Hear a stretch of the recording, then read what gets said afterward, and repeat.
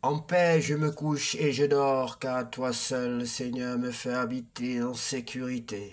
En paix, je me couche et je dors, car toi seul, Seigneur, me fais habiter en sécurité.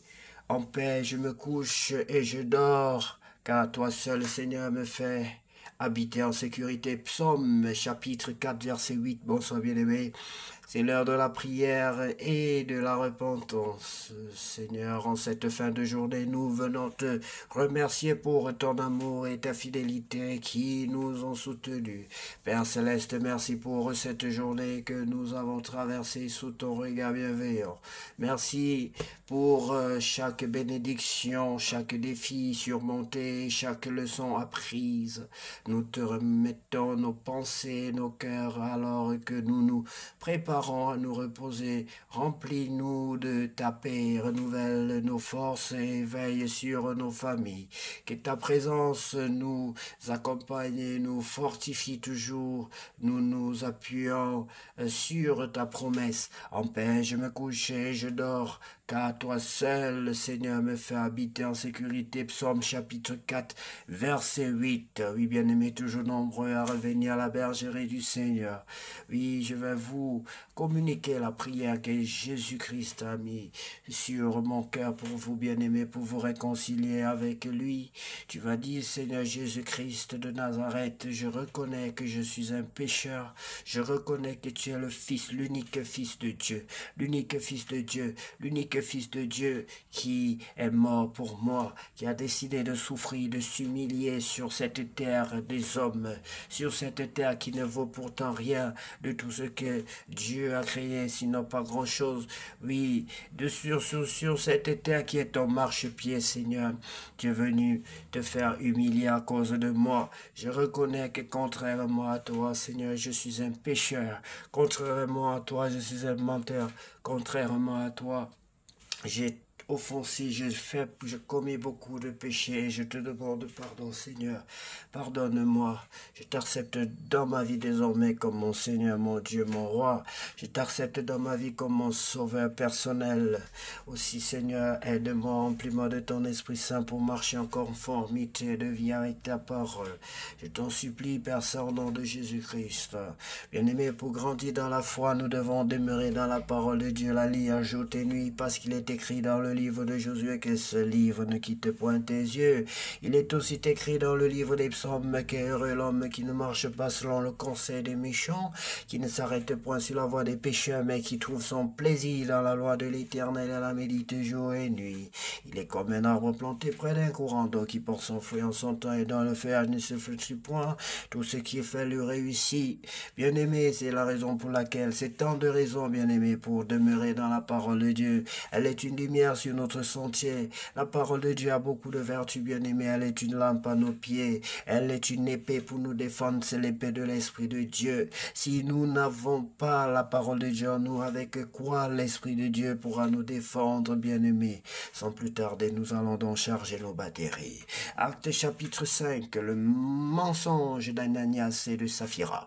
Un homme appelé Ananias, en accord avec sa femme Saphira, vend une propriété, toujours avec l'accord de sa femme, et il garde une partie de l'argent pour lui. Ananias apporte le reste et le donne aux apôtres. Mais Pierre lui dit, Ananias, tu as ouvert ton cœur à Satan. Pourquoi donc tu as menti à l'Esprit Saint et tu as gardé une partie de l'argent du champ? Tu pouvais garder le champ, ou bien tu pouvais le vendre et faire ce que tu voulais avec l'argent. Comment est-ce que tu as pu décider dans ton cœur d'agir ainsi? Ce n'est pas à nous que tu as menti, mais c'est à Dieu. En entendant ces paroles, Ananias tombe et il meurt. Tous ceux qui apprennent cela ont peur, très peur d'ailleurs. Les jeunes gens viennent envelopper le corps et ils l'emportent pour l'enterrer. À peu près 3 heures plus tard, la femme d'Ananias arrive. Elle ne sait pas ce qui s'est passé. Pierre lui demande, dis-moi, est-ce que vous avez vendu le champ pour cette somme-là? Elle répond, oui, pour cette somme-là. Alors Pierre lui dit, comment est-ce que toi et ton mari, vous avez pu décider ensemble de provoquer l'esprit du Seigneur? Écoute, ceux qui viennent d'enterrer ton mari sont là à la porte, ils vont t'emporter, toi aussi. Au même moment, la femme tombe aux pieds de l'apôtre et elle meurt. Les jeunes gens entrent et ils voient qu'elle est morte. Ils l'emportent et l'enterre auprès de son mari. Toute l'église et tous ceux qui apprennent ce qui s'est passé ont très peur. Les apôtres font beaucoup de choses extraordinaires. Les apôtres font beaucoup de choses étonnantes et extraordinaires dans le peuple. Les croyants se réunissent tous ensemble le long des colonnes de Salomon, mais personne d'autre n'ose venir avec eux. Pourtant, les gens disent beaucoup de bien d'eux. Une foule de plus en plus grande d'hommes et de femmes croient au Seigneur et ils s'ajoutent au groupe des croyants. Et même on sort les malades dans les rues, on les place sur des lits ou des nattes. En effet, les gens espèrent ceci. Quand Pierre passera, son ombre touchera au moins cela ou l'autre parmi eux. Une foule de gens vient aussi des villages qui sont près de Jérusalem. Il amène des malades et des gens qui ont des esprits mauvais et tous sont guéris. Les apôtres sont arrêtés alors, le grand prêtre et tous ceux qui sont avec lui, c'est-à-dire le groupe des Sadducéens, sont très jaloux et ils décident d'agir. Bien-aimés, il faut souligner une chose ici, la jalousie. Je ne savais pas personnellement qu'à cause de la jalousie, on pouvait tuer quelqu'un, on pouvait faire du mal à quelqu'un. C'est-à-dire, tu n'as pas péché, tu n'as rien fait du tout. Tu ne cherches même pas à te montrer. Mais il y a quelqu'un qui te guette pour rien du tout, bien-aimé. Il y a quelqu'un qui t'en veut, qui t'envie pour tes vêtements. Il y a quelqu'un qui t'envie pour ta beauté. Il y a quelqu'un qui t'envie pour ton succès à l'école, pour ton succès dans la société. Il y a quelqu'un qui t'envie quelque part. Oui, bien-aimé. Mais toi, tu ne sais pas. Il n'y a que le Seigneur pour défendre, pour nous défendre contre les jaloux, bien-aimés.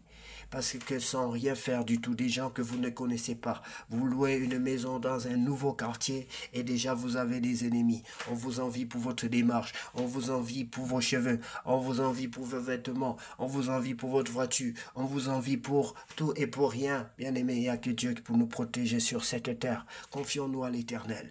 Il arrête les apôtres, voilà, ils vont arrêter les apôtres et les mettre dans la prison publique. Mais pendant la nuit, un ange du Seigneur ouvre les portes de la prison. Il fait sortir les apôtres et leur dit, allez dans le temple et là annoncez au peuple toutes les paroles de la vie nouvelle. Amen. Les apôtres obéissent le matin très tôt. Ils vont dans le temple et ils se mettent à enseigner. À ce moment-là, le grand prêtre et ceux qui sont avec lui réunissent le tribunal religieux, c'est-à-dire le conseil des anciens du peuple d'Israël. Il envoie chercher les apôtres à la prison, mais quand les gardes arrivent à la prison, ils ne trouvent pas, ils ne les trouvent pas, ils retournent au tribunal et ils apportent cette nouvelle. Nous avons trouvé la prison très bien fermée, les gardiens étaient devant les portes, mais quand nous avons ouvert, nous n'avons trouvé personne à l'intérieur. Le chef des gardes du temple et les chefs des prêtres entendent cela. Et ils sont très étonnés au sujet des apôtres. Ils se demandent ce qui va arriver. Mais quelqu'un vient et leur dit, les hommes que vous avez mis en prison sont maintenant dans le temple et ils enseignent le peuple. Alors le chef des gardes part avec ses soldats. Il ramène les apôtres, mais ils ne leur font pas le mal de mal. En effet, ils ont peur que le peuple leur lance des pierres. Les apôtres devant le tribunal. Les gardes amènent les apôtres devant le tribunal religieux. Le grand prêtre les interroge et il leur dit, nous vous avions sévèrement interdit d'enseigner au nom de cet homme-là. Mais, oui bien aimé, ça aussi il faut enseigner. J'étais banni pratiquement, sinon mes publications sont bannies sur TikTok parce que je ne sais pas pour quelle raison, c'est-à-dire ils ne veulent pas qu'on prêche au nom de Jésus, qu'on parle de l'histoire de Jésus, qu'on exhorte les gens, qu'on encourage les gens à prier, à demeurer dans la foi. Qu'est-ce qu'on peut encore vous dire, bien-aimés? Qu'est-ce que vous voulez? On va continuer. On nous ferme une porte, Dieu nous en ouvre 7. Pierre et les autres apôtres répondent, vous voyez d'ailleurs, bien-aimés, on enferme les enfants de Dieu, les anges viennent les délivrer, parce que tant que tu vas servir Dieu, bien-aimé, tant que tu vas servir ton Dieu sera toujours de ton côté, tu verras les miracles s'accomplir dans ta vie, dans la mission que Christ t'a confiée. Jésus a dit, allez par tout le monde, annoncer la bonne nouvelle, allez par tout le monde. Nous avons cette obligation, bien-aimé, d'annoncer la parole de Dieu, de prêcher la parole de Dieu, quelles que soient les circonstances et les temps. Et le Seigneur sera avec nous pour attester ce que nous disons par des signes, des miracles et des prodiges. Il leur dit donc que nous sommes au verset 28 et il leur dit, nous vous avions sévèrement interdit d'enseigner au nom de cet homme-là. Mais vous avez rempli Jérusalem de votre enseignement. Vous voulez donc nous rendre responsables de sa mort. Pierre et les autres apôtres répondent, il faut obéir à Dieu plutôt qu'aux hommes. Vous avez tué Jésus en le clouant sur une croix, mais le Dieu de nos ancêtres l'a réveillé de la mort. Dieu l'a élevé par sa puissance, il l'a fait chef et sauveur pour que le peuple d'Israël échange sa vie et reçoive le pardon de ses péchés. Nous sommes témoins de tout cela, nous et l'Esprit Saint que Dieu a donné à ceux qui lui obéissent. Bien. Quand les membres du tribunal entendent ces paroles, ils sont furieux et ils veulent faire mourir les apôtres. Mais parmi eux, quelqu'un se lève, c'est un pharisien appelé Gamaliel.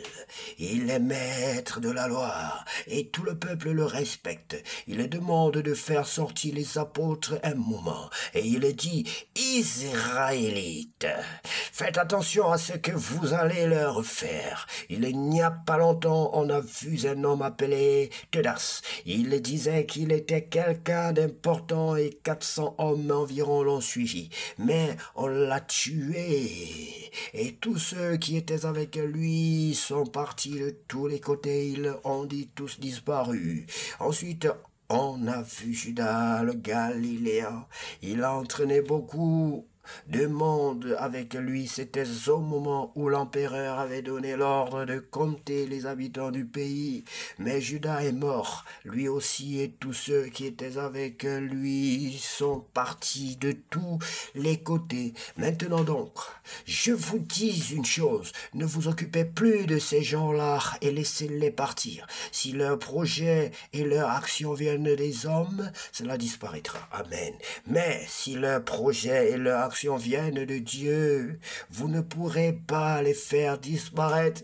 Vous ne pourrez pas les faire disparaître. Oh, vous ne pourrez pas les faire disparaître, bien-aimé. Si tu sais que tu te levais pour parler, pour prêcher pour ton Dieu, oh, rien dans ce monde ne pourra s'opposer, se dresser comme obstacle devant toi.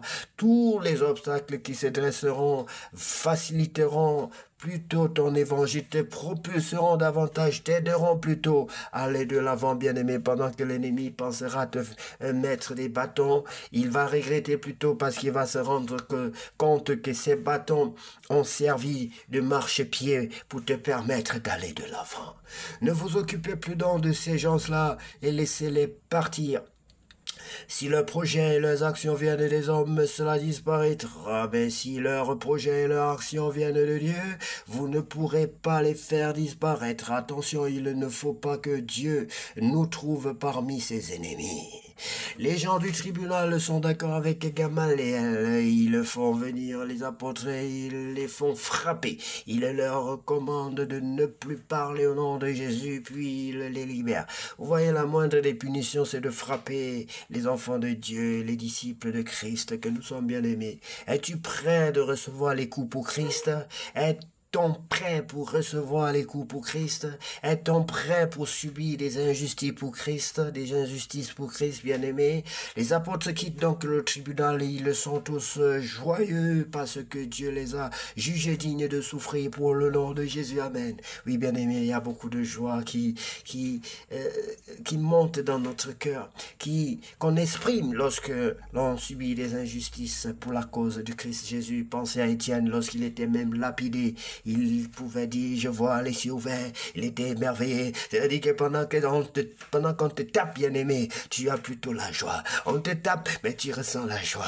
Oh, c'est une chicotte qui donne la joie, bien-aimé, c'est à ton Dieu. Quand tu seras persécuté pour Christ, bien-aimé, tu auras une joie dans ton cœur, rappelez-vous. Souvenez-vous d'Abel, Méchec, Abed-Nego, ces 4 enfants bien-aimés, israélites qui avaient été déportés et qui étaient esclaves dans un pays étranger. Lorsqu'on les a jetés dans la fournaise de feu, c'est sûr qu'ils étaient en train d'échanger avec leur Dieu, en train d'échanger avec les anges. Oui, bien-aimé, parce que le feu ne peut rien contre toi. La vallée, l'ombre de la vallée de la mort ne peut rien contre toi, bien-aimé, si tu es dans le service de ton Dieu.